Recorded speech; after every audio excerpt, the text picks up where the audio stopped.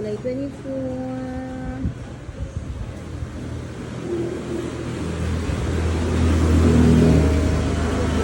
Ng ating water station.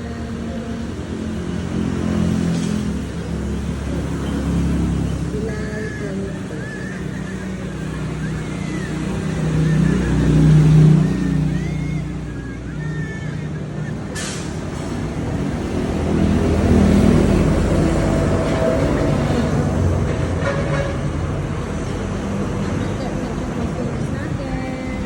Already Thursday. Pag Thursday, hindi masyadong marami na kasi medyo medyo napuno na yung mga customer.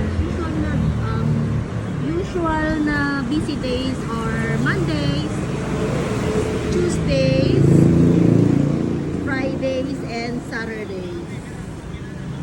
Kapag Wednesday and Thursday kasi medyo na siya, nakapahabol na kami sa mga customer. So, medyo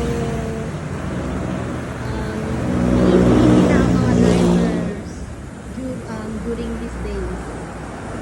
Wednesday and Thursday. And especially now, it's rainy season, kaya hindi masyadong palainan ang mga customers. Sige. Kaya hindi masyadong marami. Usually, kapag tag-init, doesn't matter kung ano ang day. Dire-diretsong puno ang water station. This month, hindi masyado kasi hindi na palainan ang mga customers. And especially now, may paparating na bagyo, which is yung typhoon Emo. Yay! We're located in Santa Barbara, Pangasinan. Yeah. Medyo paparating daw yung bagyo.